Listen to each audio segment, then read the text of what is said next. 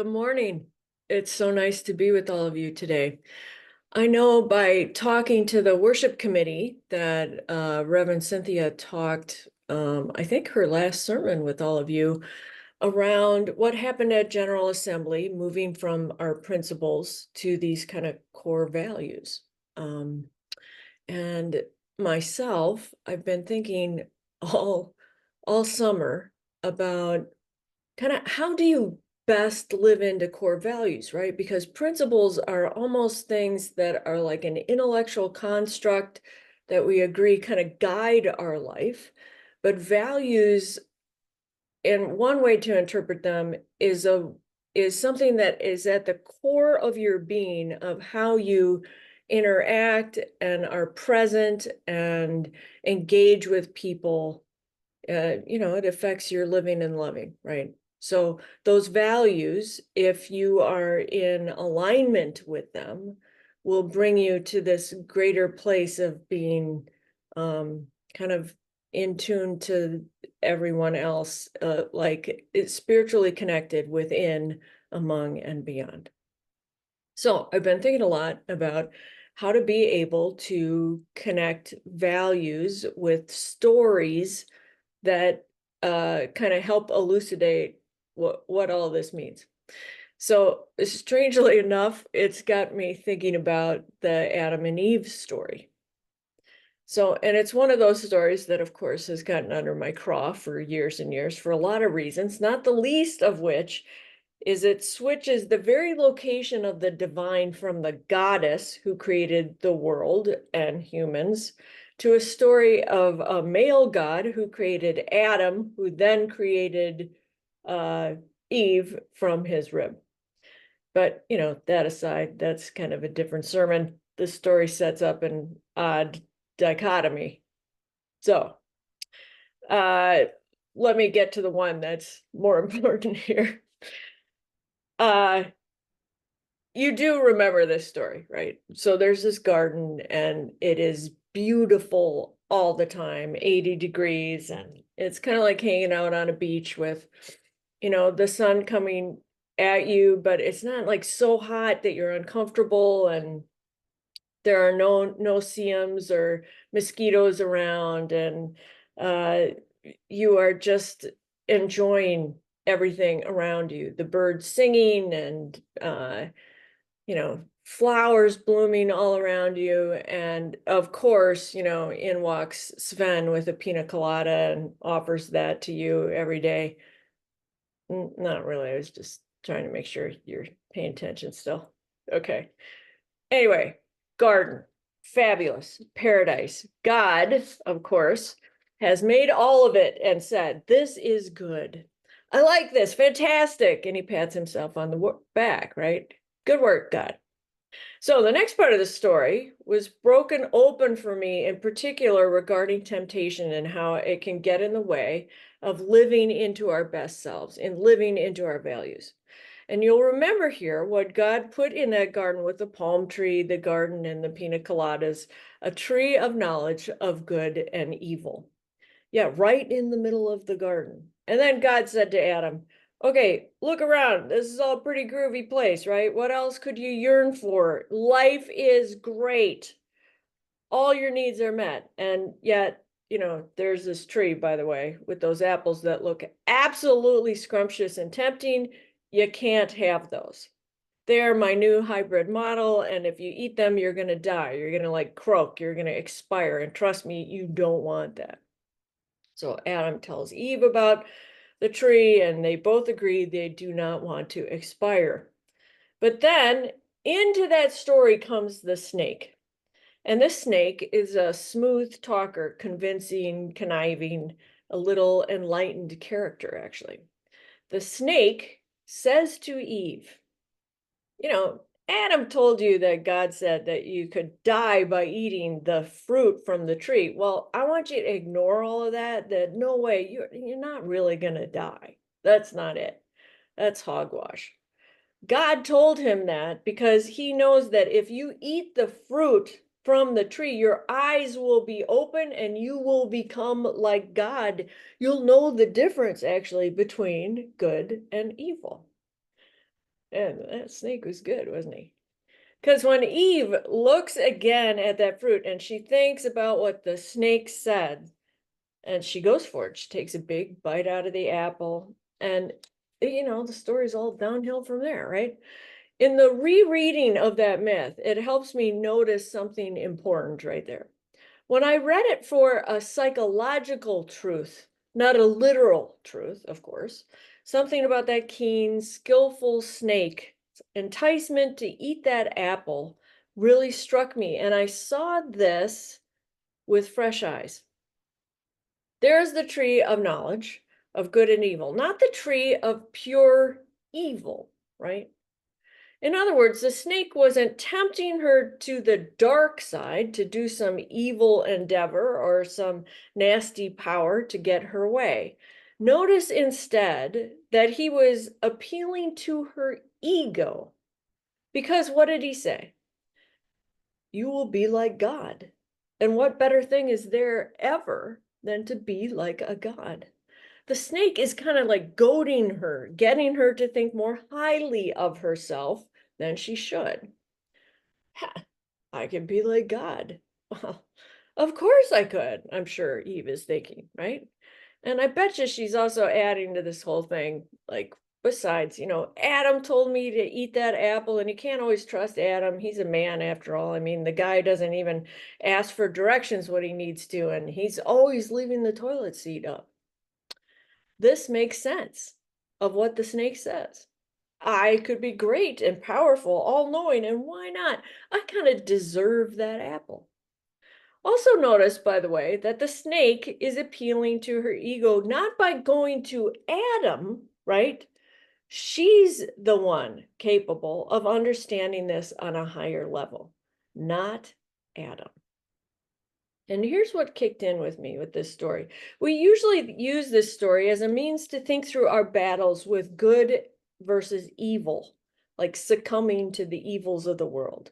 And yet, in careful review, I think it's a better interpretation to think of it as a battle between our desire to be good and our ego.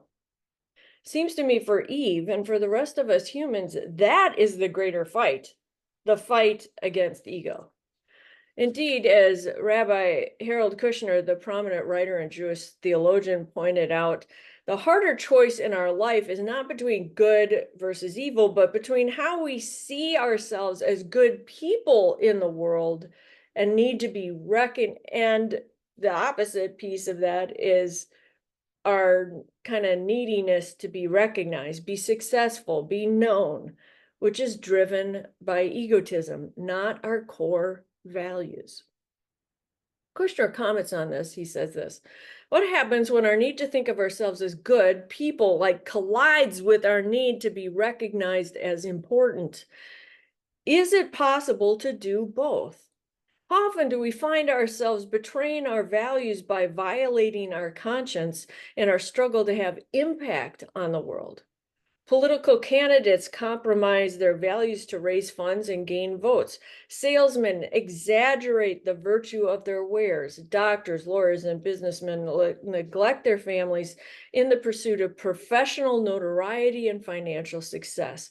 Often we don't like what we find ourselves doing, but we tell ourselves we have no choice. Seems to me this is even more complicated, right? Because it's not just the lure of being thought of as successful or special. We also kind of can get nervous that others won't see us or recognize us. And when that happens, we can have like a little panic. Our insecurities or judgment or lack of self-worth kind of kicks in. And then we say or do things that aren't in alignment with our core values because we are being lured by the ego's needs instead. And friends, I think that's hard to admit and to address because the lure toward ego can overshadow the will to do good. And why is that? It's worth asking. Why is the lure so wrong? I agree with those who point out that this lure, this desire to have ego win out, is not rooted in us wanting to be bad or evil, but rather, actually, it's strangely rooted in a good thing. Seems rooted in our desire to have our lives matter, actually, to have made a mark on the world, to not have our lives be insignificant. And I don't really think it's about needing to be top dog either. That's not it. Ironically, it's not fully about our ego, but our deep fear that our lives actually are meaningless, insignificant, and inconsequential. So that's the rub, right? Don't want to feel insignificant and meaningless or that we don't matter. We just don't.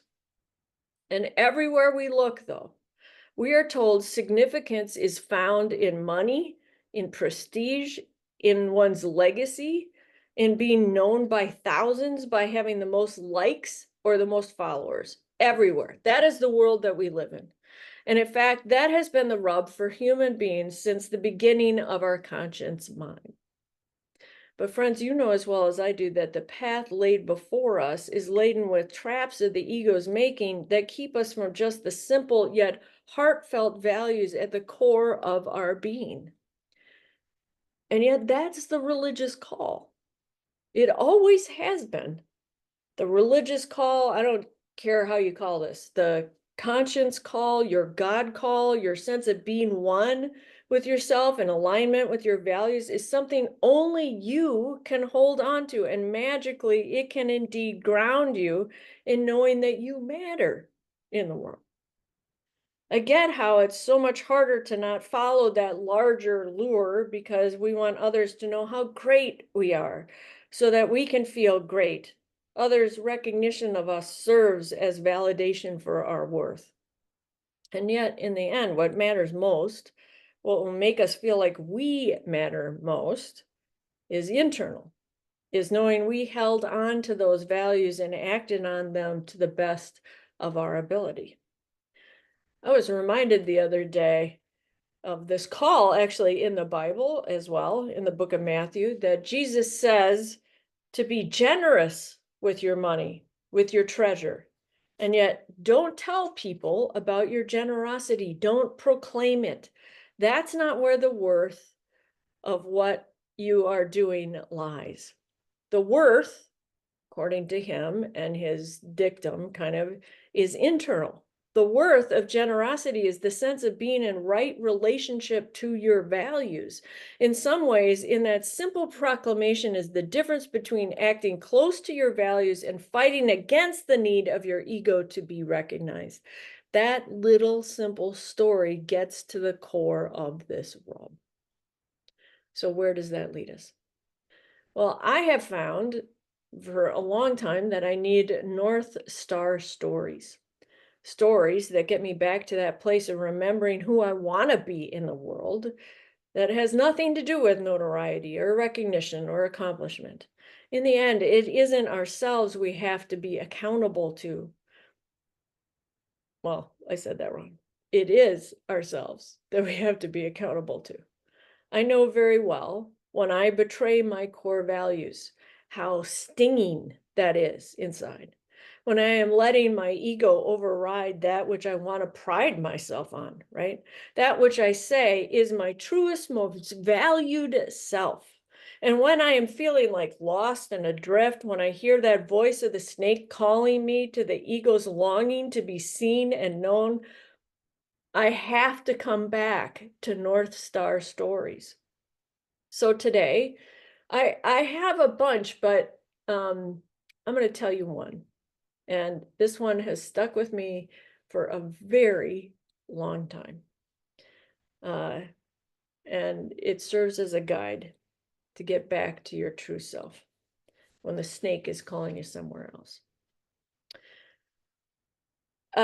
This is from an experience I had with a parishioner when I was at First Unitarian in Rochester. And as an aside, I want to say, after 25 years of being in the ministry, I've learned a great deal from every congregation that I've served, mostly from the people who have been in that congregation who live with integrity. And I'm so grateful to have been in their presence. It's really pretty remarkable. They've been fabulous as great teachers. So, a number of years ago, I had a parishioner who died, whose name was Wendy, and she died kind of earlier, younger than I am right now, from cancer. And on the surface, she seemed like this average person, right? I mean, average in the fact that she hadn't made a mark on the world through notoriety or fame or fortune or physical appearance. She was described as kind, someone who looked out for others, was generous with her life, her time, her money, her heart. In fact, she was a pharmacist, and if somebody needed a prescription, she would do house calls to people. The family had warned me, actually, when I went over and we were talking about, putting the service together, that the sanctuary might be quite full. And honestly, like I had doubts, a little bit of doubt, because through the filter, right, of eagle equals status equals importance, I wondered if she was really a person who had made a large mark. But then the memorial came and it's summer, it's like July, it's 85 outside. That building is concrete and no air conditioning. And it was like 90 in that sanctuary. It was super uncomfortable. That sanctuary held 350 people. The sanctuary was packed. Then there was a gallery attached to it that could hold about 100 people that we had like the service streamed in. So there were 100 people there. And then there was like another room where we had coffee hour kind of, and that held about 100 people, and that was packed as well. So there were like 550 people who showed up to this woman's memorial service, this average gal. And soon after that memorial, I reflected on why so many people came, why the mass kind of veneration. And it occurred to me in there somewhere along the line that she had made a difference in people's lives by letting the good side of her win out over the ego side of herself. In other words, she let caring for others guide her more than cultivating a reputation or renown. She touched and shaped other people's lives in that room, and in awe to a spirit who had lived out of the good, they were there to witness to a life that was significant in its living. She lived with integrity rather than adulation. She was moved by the so called smaller virtues of kindness, humility, and caring. Her life paid homage to the best of what we are called to wrestle with in life, actually. On the day of her memorial, her family passed out these little prescription, uh, like bottles where you get your pills when you go to the pharmacy.